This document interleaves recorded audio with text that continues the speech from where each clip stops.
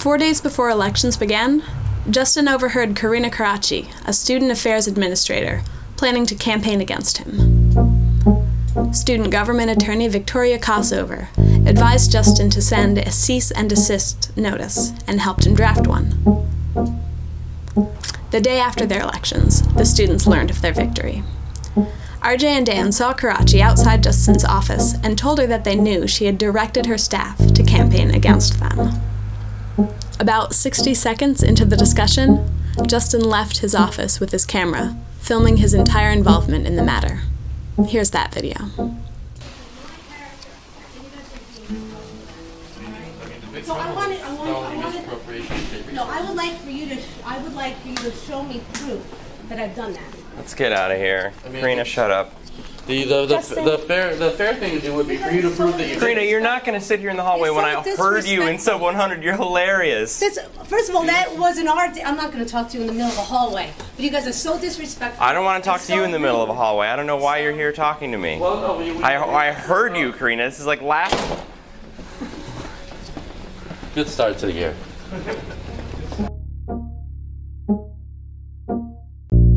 Karachi, not realizing the video existed, called Ray Schwartz, the Associate Vice President of Student Affairs, and asked what to do. A few hours later, she went to the police, claiming she had been harassed.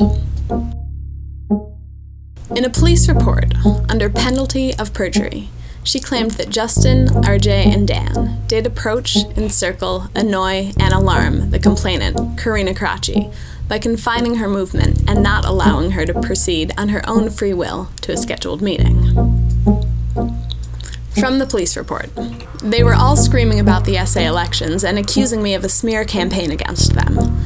Their voices were very elevated and hostile. I felt like a terrorized single woman with no one to protect me. The shouting and cornering went on for about 5 to 6 minutes, and I felt like I could not get away. I finally managed to get away from their hostile environment and went into my meeting.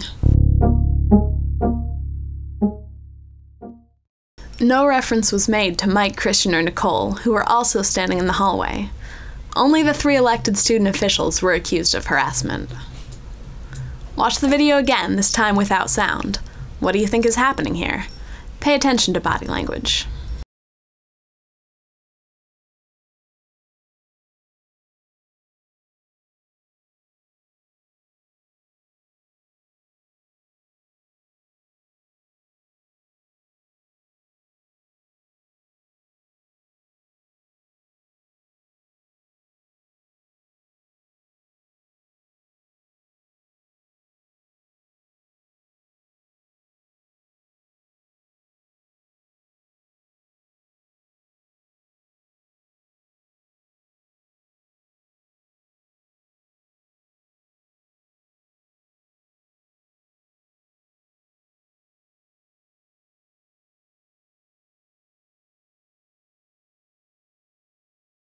Does Karina look threatened or frightened?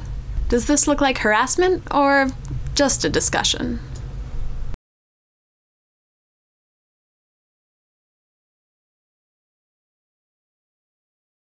The next day, campus police phoned RJ's office asking for a meeting with him, Justin, and Dan.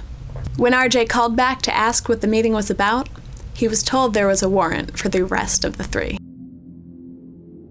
RJ called Justin, and they met in the Student Union building. Dan was in New York City with his United Nations class. Justin called Andy Kossover, a student government attorney, who advised him and Partington to turn themselves in.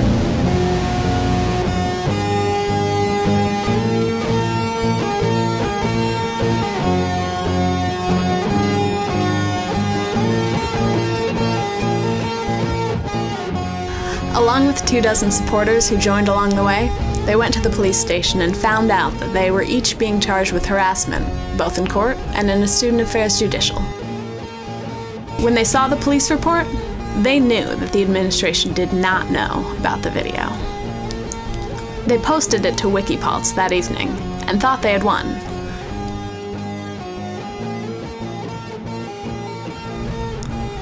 But the administration didn't stop there. The following day, the students were charged with failure to comply with an official request for refusing to submit to a search of their persons during a concert in the same building as their offices in which they were working. The chief of campus police told the students they could stay, as was the usual practice. He testified in their defense at the hearing. But a student affairs administrator, Sue O'Driscoll, said she had officially requested them to submit to the search, even though they were not attending the concert. They were tried in a student affairs administrative hearing. The hearing officer, Robin Cohen-Laval, was also a student affairs administrator, working in the same building as O'Driscoll. The administration presented no evidence. Nevertheless, all 5 students were convicted and sentenced to disciplinary probation for 1 year.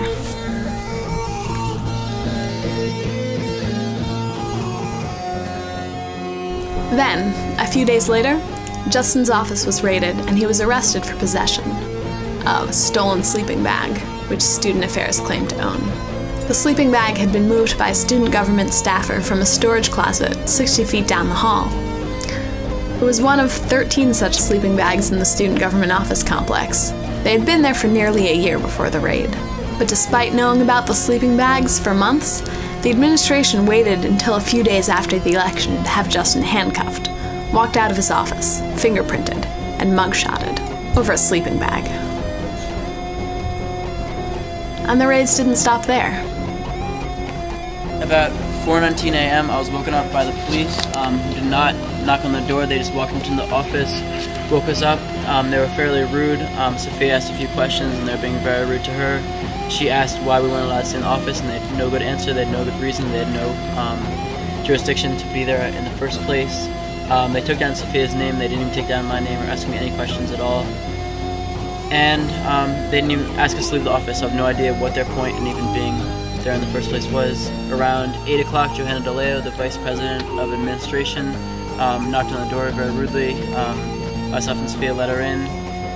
And she was complaining because she said there's a fire hazard in her room. She was going to do a health and safety inspection around 12 o'clock. Eventually, after the charges were pressed and the offices had been raided 3 times, the students realized that Student Affairs was trying to kick them out at all cost. And Student Affairs was responsible for conducting all the judicial hearings, and would act as judge and selector of the jury for all 3 cases. And of course, just happened to be the complainant in all 3.